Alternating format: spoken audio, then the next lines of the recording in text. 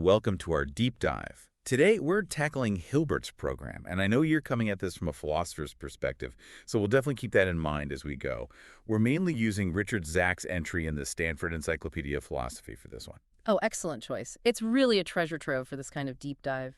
Hilbert's program. It just brings up so many fundamental questions about math, logic, knowledge, all the good stuff. Exactly. Okay, so picture this. It's the early 1900s. And mathematicians are having a bit of a crisis.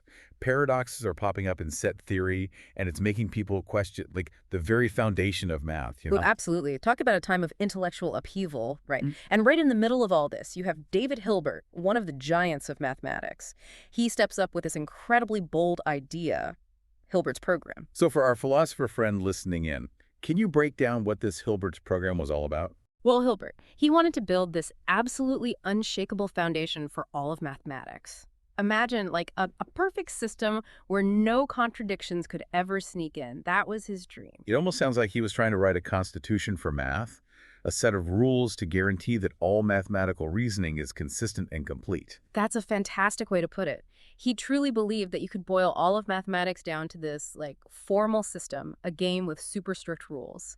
The goal, you see, was to find a set of axioms, starting points, and from there you could derive every single mathematical truth using pure logical deduction. No room for error. But why was this so crucial to him? Was it just about fixing these paradoxes in set theory, or were there some deeper philosophical reasons driving him? Well, the paradoxes were definitely a big motivator, no doubt. They were causing a lot of anxiety among mathematicians at the time. But you also have to consider the wider philosophical landscape. This was a period where movements like logicism and intuitionism were really challenging traditional views of math. Right, like intuitionism. They rejected some of the core ideas of classical mathematics, especially when it came to things like infinite sets. Exactly. And Hilbert saw his program as a way to defend that traditional view of math, that classical approach against these new challenges. He was convinced that mathematics was, at its core, a logical system.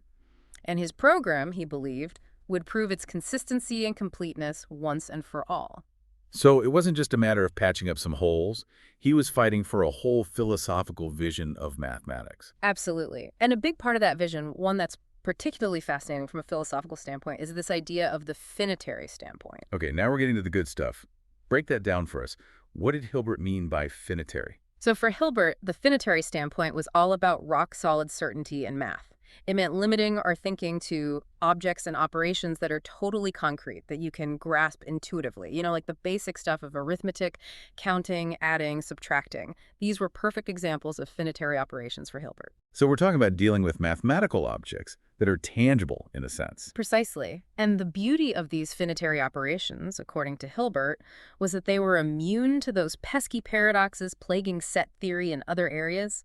He believed that by grounding all of mathematics in this finitary standpoint, you could completely eliminate the possibility of contradictions. But how do you get from these basic, tangible operations to the more complex world of higher mathematics?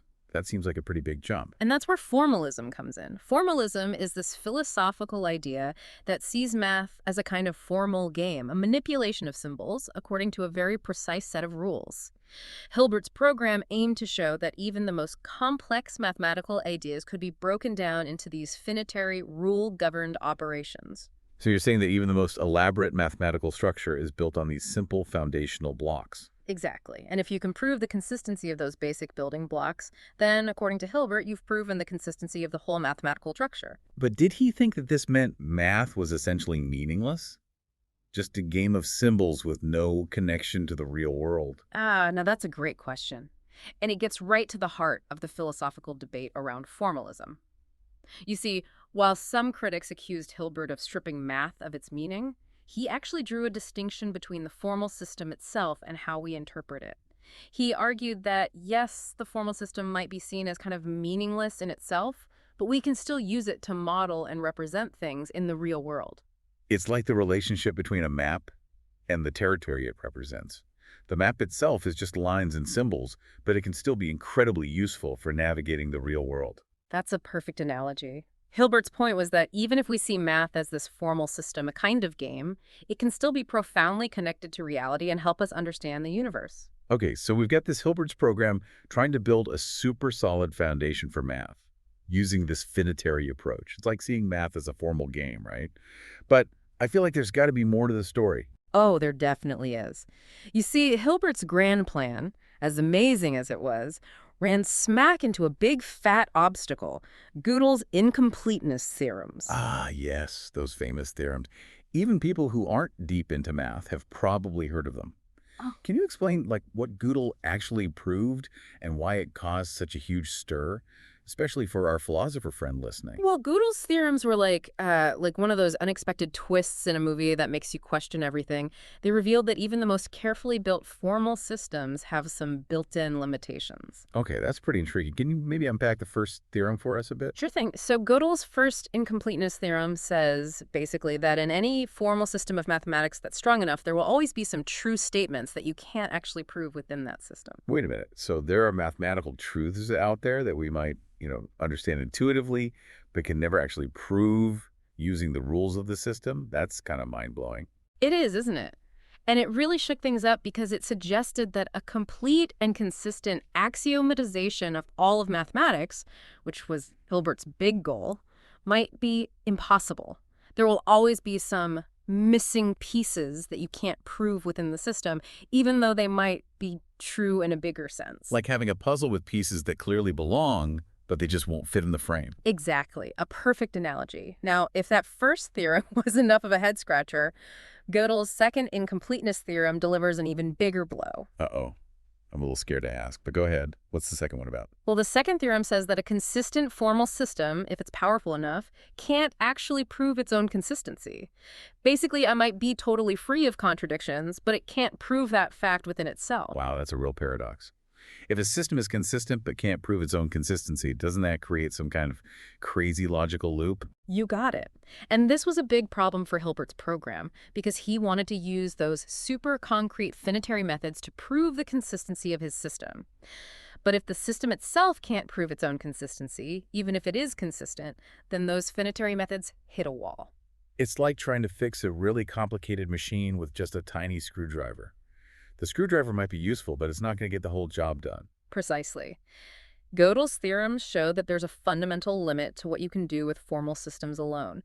It's not that Hilbert was wrong or his methods were bad. It's more like the very nature of mathematical truth is just way more slippery and complex than maybe he originally thought. These theorems must have been like an earthquake for mathematicians, like realizing that the universe is weirder than we can even imagine. Absolutely.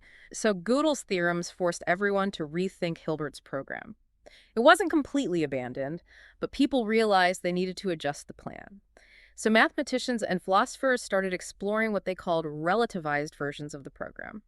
They accepted the limitations of formal systems, but kept looking for ways to ground mathematical knowledge in more basic systems. So they didn't give up on finding a solid foundation. They just changed their strategy. Yeah. What were some of the new directions they took? Well, there were a few really interesting paths that emerged. One was called ordinal analysis. It's all about figuring out how strong different mathematical theories are based on how much they rely on inductive reasoning. It's basically a way of categorizing and comparing different systems. So instead of building one giant, all-encompassing mathematical structure, they started focusing on understanding the strengths and weaknesses of different approaches. Exactly. Another direction was proof-theoretic reduction. This is all about showing that certain parts of math can be reduced to simpler systems, but without losing any essential truths, like finding a way to simplify the blueprints of a complex building without messing with its structure. So instead of trying to build the whole thing from scratch, they started looking at ways to solidify individual parts of the structure, make sure everything is sound and fits together. Exactly. And then there's reverse mathematics, which is a really cool area. It tries to figure out the absolute minimum assumptions you need to prove different mathematical theorems, like asking, what's the simplest foundation this mathematical idea can stand on? So while Gödel's theorems threw a wrench into Hilbert's original vision, they also opened up a whole new world of exploration into the foundations of math. Absolutely. And that's really the amazing legacy of Hilbert's program. It keeps inspiring new research and philosophical debate, even in these modified forms. The quest to understand the foundations of math, even if it's more nuanced and complex than Hilbert first thought, is still a really exciting intellectual adventure. Wow, we've really been through the ringer with this Hilbert's program, huh? Oh, yeah, though. All those big dreams, the philosophy behind it, and then Bam, those incompleteness theorems. It's been quite a journey, that's for sure. But I guess the question now is, where does all this leave us? Like, what can our philosopher friend take away from all this? What's the lasting impact of Hilbert's program, even if things didn't quite go according to plan? Right. Like, I mean, Gödel showed us that maybe we can't have that absolute certainty in math that Hilbert was hoping for. But does that mean the whole program was a bust? Oh, not at all. One of the biggest things to come out of all this is that Hilbert's program, even with its hiccups, it completely changed how we think about mathematics. Mathematicians and philosophers, they had to start wrestling with some really big questions. Like, what is proof, really? How does logic connect to truth? And what are the limits of these formal systems we build? So even if we can't have perfect certainty, the search for it was still super valuable. Exactly. Hilbert's program basically launched all these new areas of research like proof theory and the study of formal systems.